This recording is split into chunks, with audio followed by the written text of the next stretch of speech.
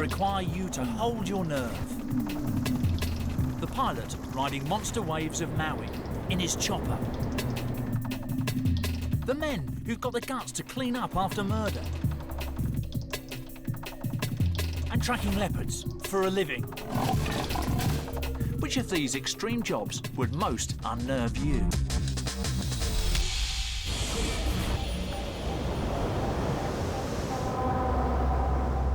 "20 metres high, with a speed of 50 kilometres an hour, this is Jaws." If a surfer wipes out here, chances are he'll be crushed, then drowned. But for one man, playing with Jaws is a job. No less skillful and every bit as dangerous. Who would fly a chopper within metres of the tube? Tsunami-like waves pound the shores of Maui and Hawaii for only a few days each year. Meet the man who rides them from the air.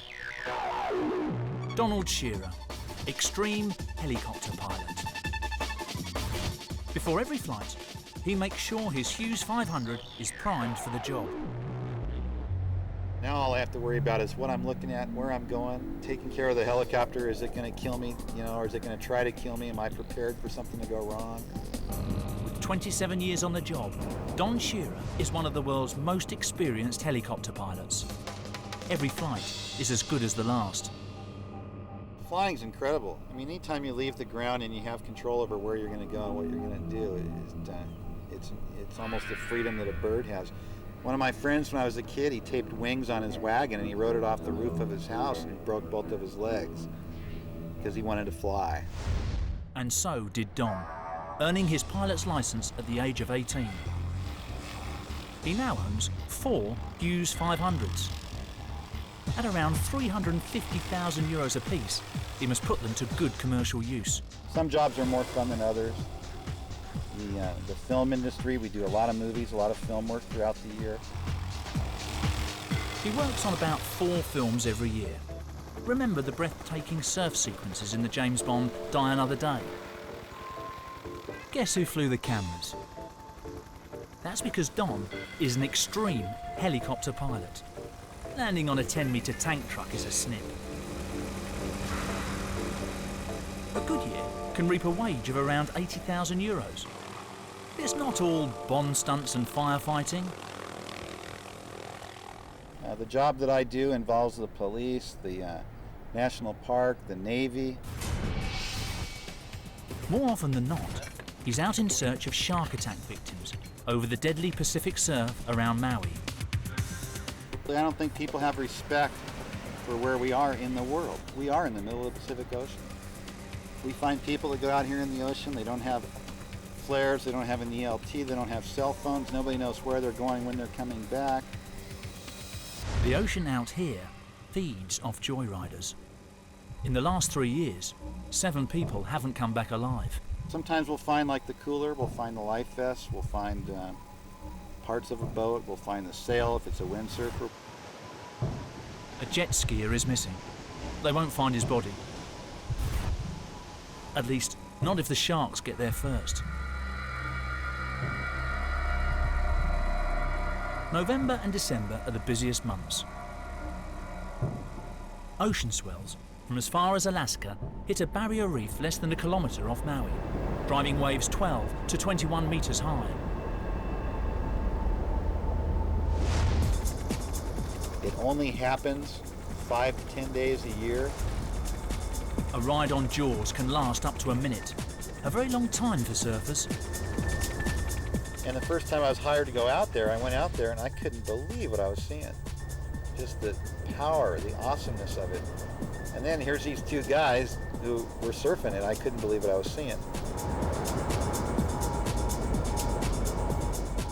The ocean's so powerful here. To see the waves build as they do and crash onto the shorelines is just incredible. It's just such a rush to see that. 3-dimensional flying, forwards, backwards and sideways, allows Don to fly close to the edge. And the only platform to really see it from is from a helicopter. I could literally sit out there for hours and just watch the waves. Stay clear of the spray. It could send the chopper into a death spin. Nevertheless, photographers need Don to get close to the action. Morning of the World Championships. He's got a record to defend, as well as responsibility for 15 employees, pilots, mechanics, office staff. Add to that the job of minding the surfers. These things are made to fly, so if you maintain them, then there's nothing that's going to go wrong with them. I mean, there's always the chance of a catastrophic failure occurring in anything that flies.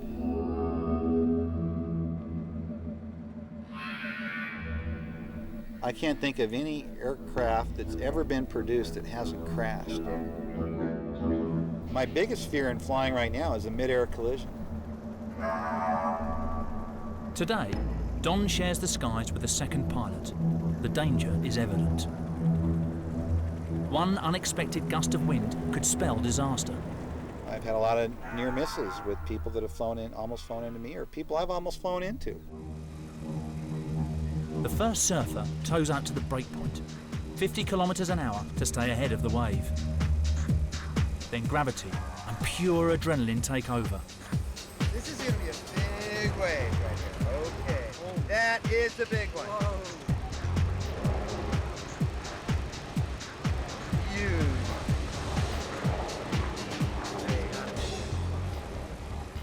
The best in the world must be at one with his machine, listening to every change in noise level and vibrations.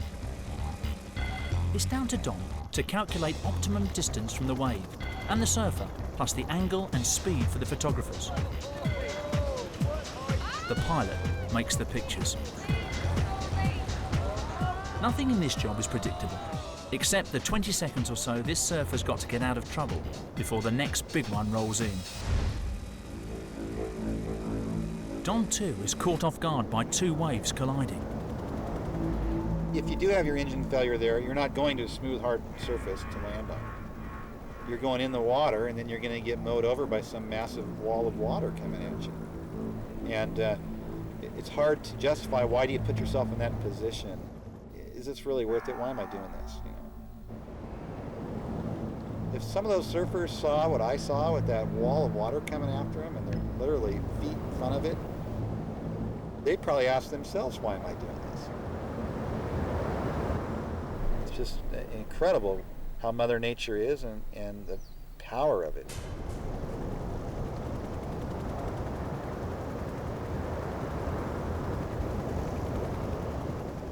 I've actually thought of it to the point where I'd take all my good radios out, put my junk engine in, strap on a scuba tank, and fly actually into the tube. I have thought about that. The problem is nobody's willing to pay me $5 million to do something that stupid.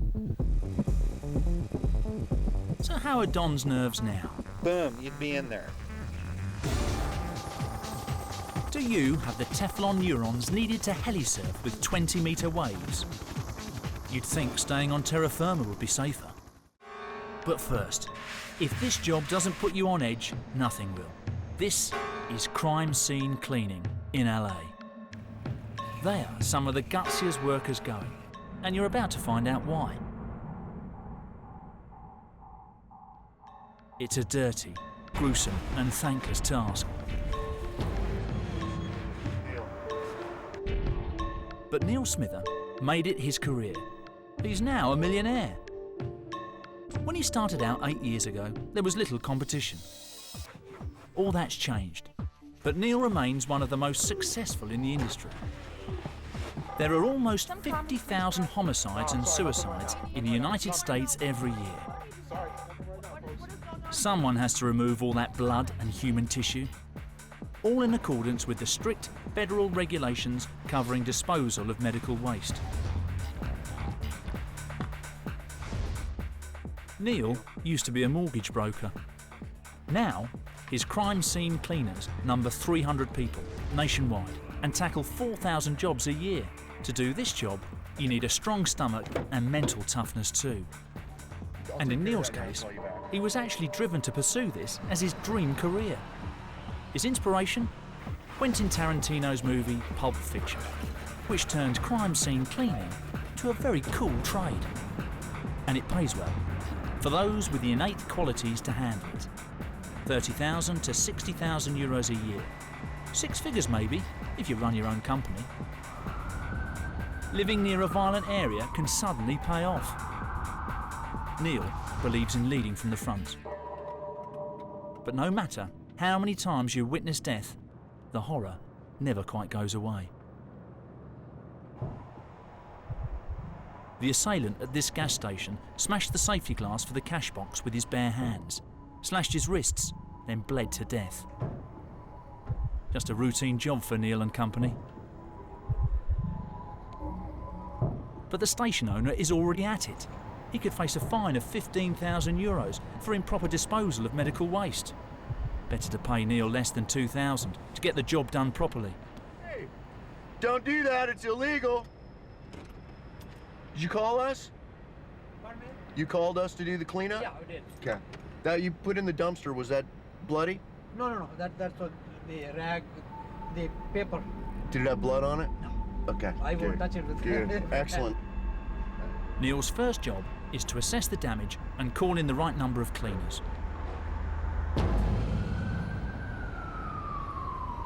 Every trace of every crime scene must be sterilised. Forensic and medical experts pick up the big pieces for evidence. Neil's team is left with the scraps, clotting blood, bullet holes, tissue stains on walls and carpets.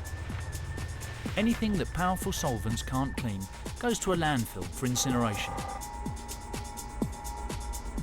Neil's employees are trained to handle blood-borne pathogens like AIDS and hepatitis, and equipped with protective suits, double filter respirators and chemical spill boots. They've all been offered hepatitis B vaccines to reduce the risk of contracting this deadly virus on the job. They're also called on to dispose of illegal drug-making equipment.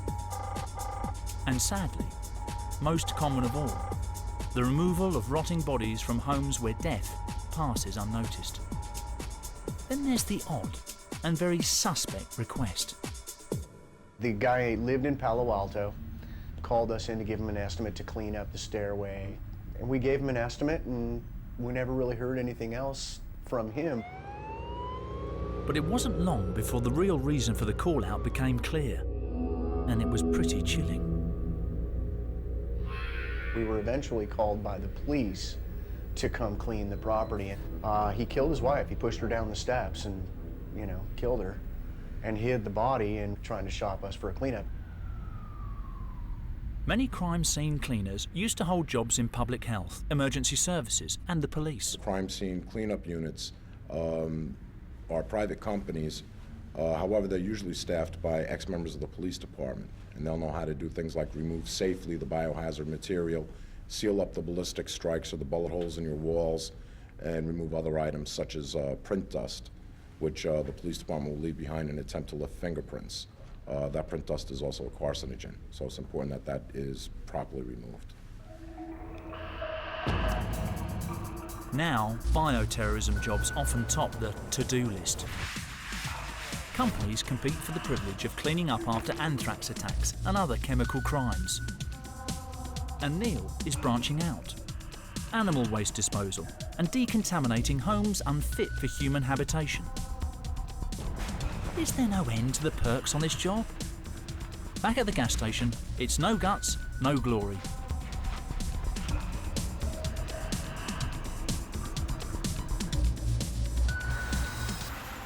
Well, what happens is this gentleman has a problem.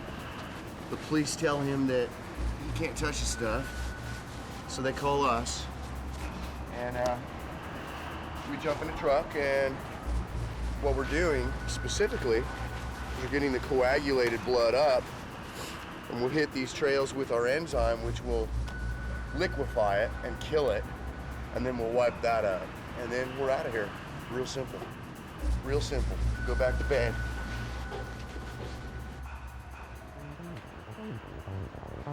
Both client and law demand the job needs to look as if an attempted robbery never happened.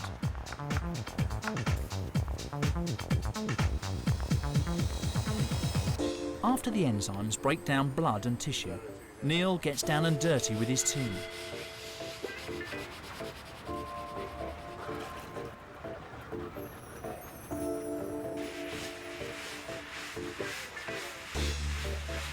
It's a 2-hour job, and the cleaners make light work of it. Other contracts can take days to complete.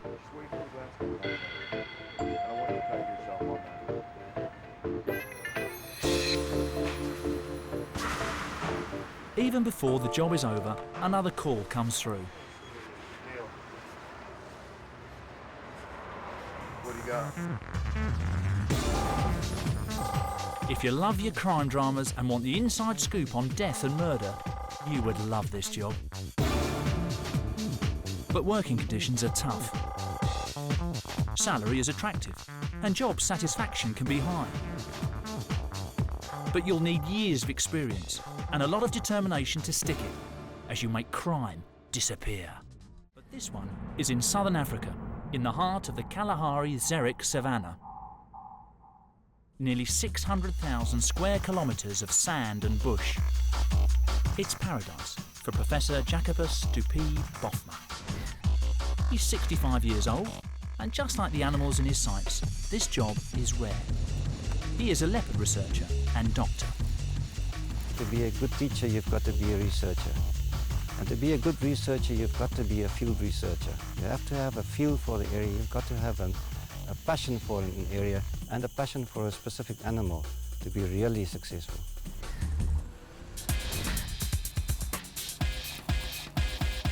Jacobus heads up a team of trackers from the Centre for Wildlife Management at the University of Pretoria. He's a world expert on Africa's most elusive big cat. He monitors them to understand more about how they survive in the wild. The work is hardly glamorous, physically and mentally exhausting, spending long days and nights, often risking his life. But to monitor leopards, first you have to locate them. And given this cat has been specially designed by nature to be silent and stay invisible, finding them requires equal amounts of natural affinity with the beast and ingenuity.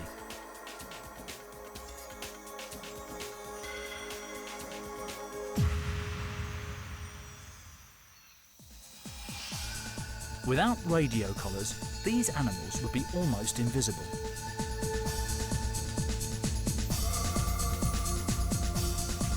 And they're continually on the move over a vast area to hunt and eat once every 2 days.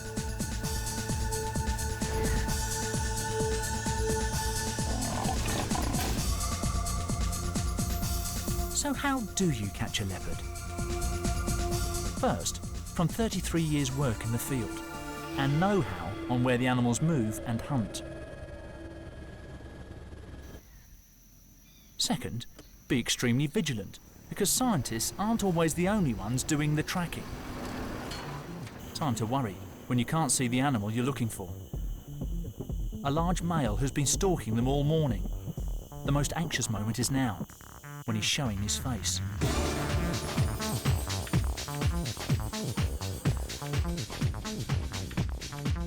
Leopards have been known to hunt and kill people when provoked, so this is serious. But how prepared can you be on this rugged terrain when an adult leopard, designed for ambush, charges at you and your Jeep takes a puncture?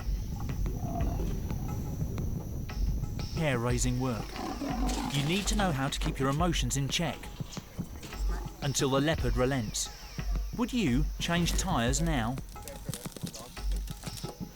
Not without a tranquilizer gun, the one tool a leopard tracker can't leave home without. But they must be quick. Jacobus helps keep leopards and people apart. It's a big task.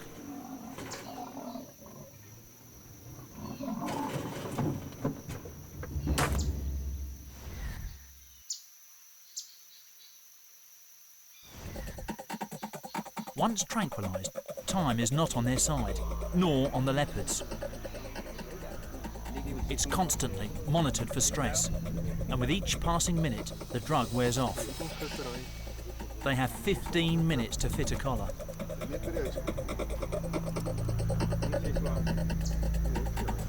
The leopard is finally left to regain consciousness, and the team is off in search of another. But where? This is Jacobus's backyard, and, like his subjects, he's got a good nose for the job.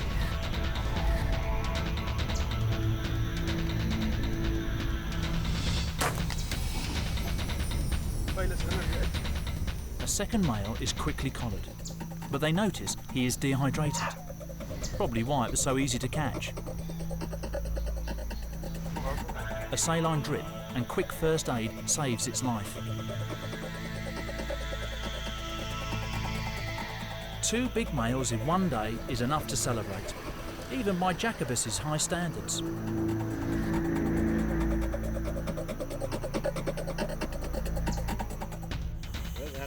It's time to enjoy the African night, one of the perks of the job.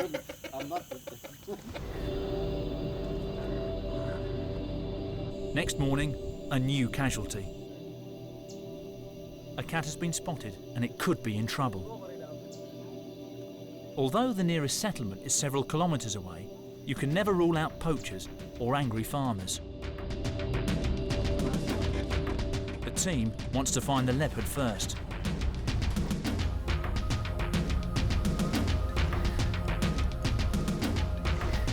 Jacobus is right on track.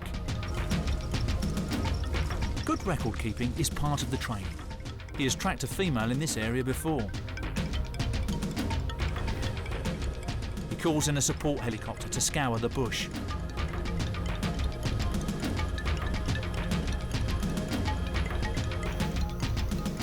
Her markings are familiar, and she's wearing an old collar.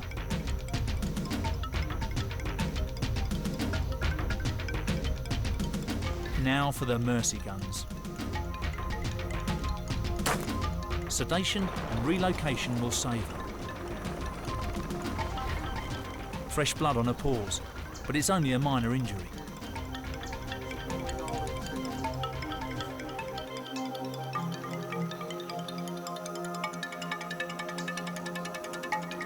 What satisfies Jacobus most is knowing that the leopard is safe.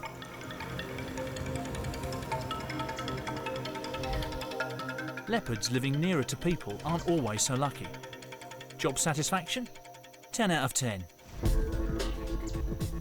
It's a risky job which could do with extra staff.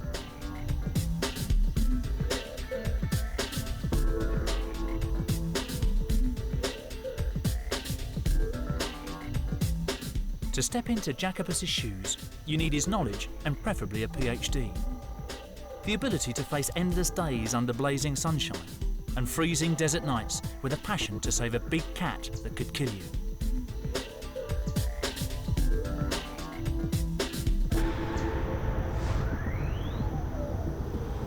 Do you fit the profile?